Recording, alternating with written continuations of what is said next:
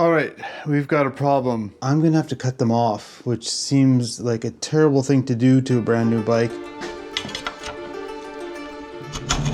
My journey around the planet begins at North America's most northern drivable point. The plan is to ride through Canada and America before crossing over to Europe. From there, I'll make my way through the Middle East and Asia. After island hopping through Indonesia, it'll be Australia, and finally New Zealand. The end of my journey will be marked by the southernmost point of the South Island. I'm calling it the Big Spiral, and this is Act 1, Preparation. Hey everybody, it's time to modify the bike. If you missed my previous video, I purchased a brand new Kawasaki KLX 300 to take me around the world. In stock form, it's a fine bike, but it's not set up for long distance travel. The KLX has a fatal flaw in that it has a pretty short range of 200 kilometers on the stock tank, and there isn't much for aftermarket options available for the bike. Well, I've been researching, and I found a guy in Europe, and he's been designing a kit that he hasn't even sold it to anybody. I think I'm pretty much the first one to install this kit, and this kit is gonna increase the fuel mileage. So it's going from a 7.5 liter tank to an 18 liter tank, which is more than double. The only thing is he's designed it for the 2023 and earlier, and mine's a 2024, and he's not 100% sure it's gonna fit. But we're gonna try, and we're gonna see how it goes. The aftermarket fuel tank options for the KLX are limited. That is, until I found an Austrian guy living in Italy that has been spending the last 3 years of his life designing an adventure kit for the KLX 300. It seems to solve all my problems. All right, so now that I've got the bike disassembled, it's time to start installing the kit. And the first thing I need to do is put a bracket on here, and that's kind of the center point of the kit. Since I'm the first person, like this is still like basically a prototype, I would say. Nothing's labeled, so I'm gonna have to start sorting through all these parts and figuring out what needs to go there. It'll be a bit of a puzzle, but I'll be following instructional videos that the designer put together. All right, that was a lot of bits. Let's start installing the front mount. I've never worked on motorcycles before, but in my past, I've spent a fair amount of time working on cars, which has given me enough confidence to tackle this project. All right, I got the top mount on. It took a little longer than expected, but it's really important to get it right because it's kind of the central mounting point for the whole kit. But it's actually really nicely machined and a beautiful piece of hardware. So yeah, so far so good. Next up is some kind of wiring harness stuff. Let's see. All right, so I put in this wire from the starter relay, going all the way through here, gets ground there, and then goes up to the front where we're going to install the rally tower. The rally tower is a high point where I can mount my tablet. It'll be my main navigation device as I make my way around the world. All right, rally tower installed. So basically it's a fancy mount for my GPS. So if you can imagine sitting here, my GPS will be sitting here, allowing me to navigate. It also includes like this is a mount for the fairing and stuff, and the headlight will sit here. So as I mentioned before, this kit is designed for the 2023 and older KLX 300, and I have the 2024. And basically the main difference is some different plastics and a different headlight. And it's the headlight that is causing problems because it kind of fits in with the kit. I'll show you the difference.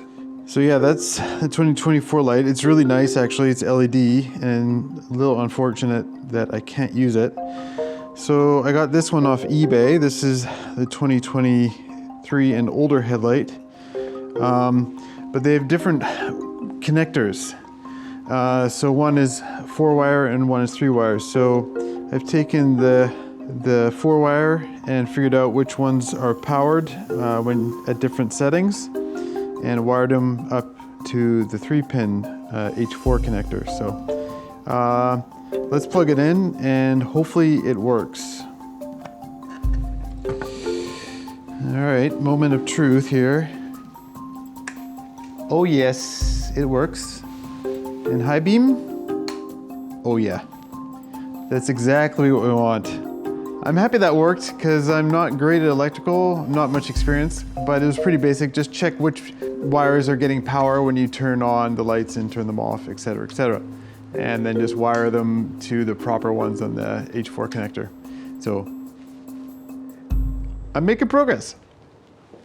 All right, so now that we have a working headlight, it's time to install the gas tank. And this is maybe the most exciting part for me because it's the part that's gonna really solve my distance issues. Plus they look really cool. So this is half of the tank, and this half of the tank is already bigger than the stock tank. And you can see it's just half there. It's a split tank. And there's the other one on the ground. So the first thing we need to do is apply reflective sheets to help keep the heat off the tank. Fuel tanks on most motorcycles are far too small for long distance travel, so one has to rely on the aftermarket to increase their range. All right, got the tanks prepped. I can finally put them on the bike.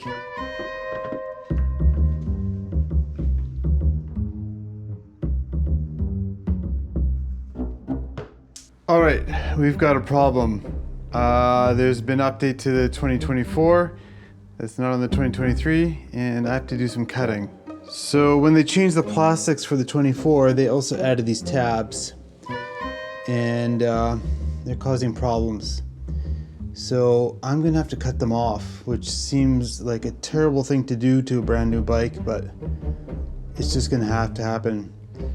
Okay, let's get cutting, I guess. I did know there was some uncertainty about the model years before I bought the bike, but I also knew that the Japanese brands only change things in very small increments. But I did not expect to take a hacksaw to my brand new bike.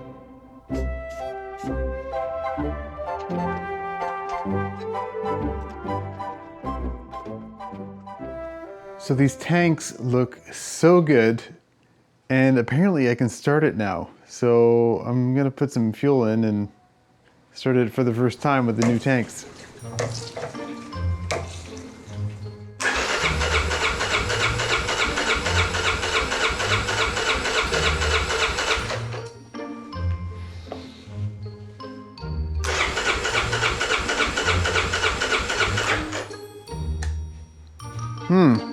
What did I do wrong? Oh, there we go.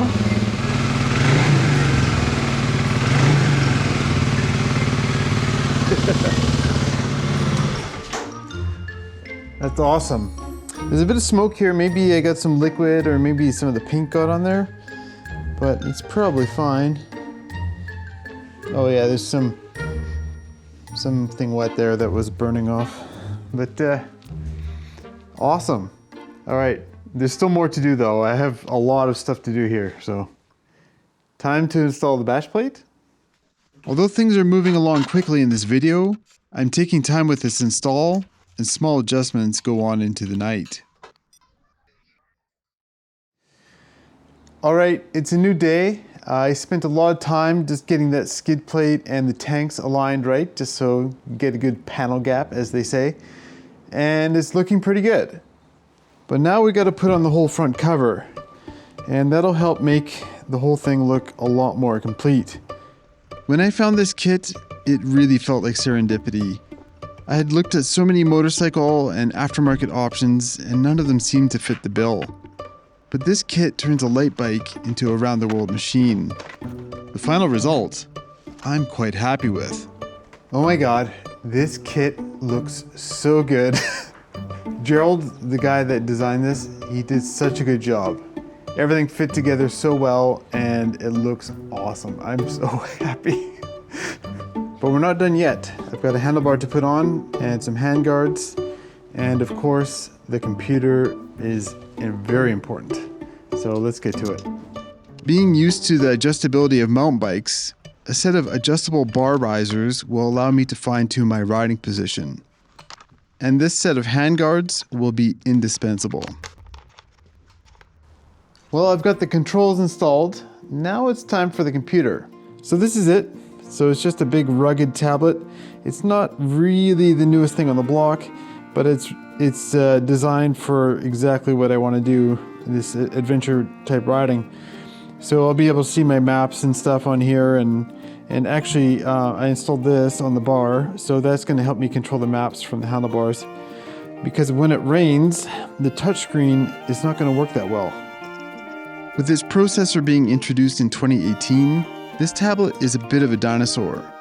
But with a rugged exterior and a mount designed for motorcycles, it should be a reliable choice. Okay, I'm so happy the way this came out. To me, it's beautiful. Maybe I'm biased, but I really like it. Like, the tank is so cool. It goes all the way down here. The skid plate integrates with the tank. Got this working. I actually flipped it around to get this kind of working better. And yeah, oh, I just realized these are loose. I gotta do those up. But oh man, this is the bike that's gonna take me around the world. I hope it works out. All right, let's go for a ride. With the helmet cam completely mounted in the wrong direction and my audio subpar, we'll keep this short. All right, so this is gonna be my view for the next couple of years, I think, which is crazy to think about. Looks like I need some gas. But yeah, so far the kit is working well. I had a few little things I had to adjust, like I had to rotate the computer, the tablet, and oh, wrong gear.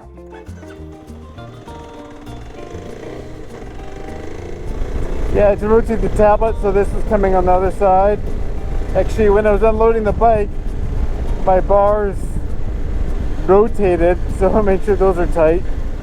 But overall, it went on okay. But I have to get used to the location of the signal because it's a bit further out, because my controls for the computer are now right next to the grip. So let's see how it feels standing up. Yeah, that's better. So I put these bar risers on. It feels a bit better standing up. All right, let's get some gas. Oops.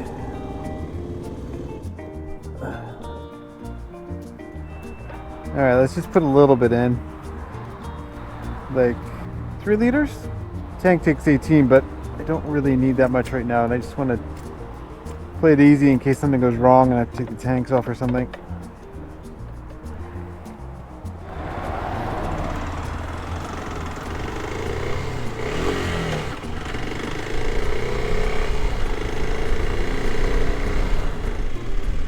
Anyways, maybe we'll call it for this video.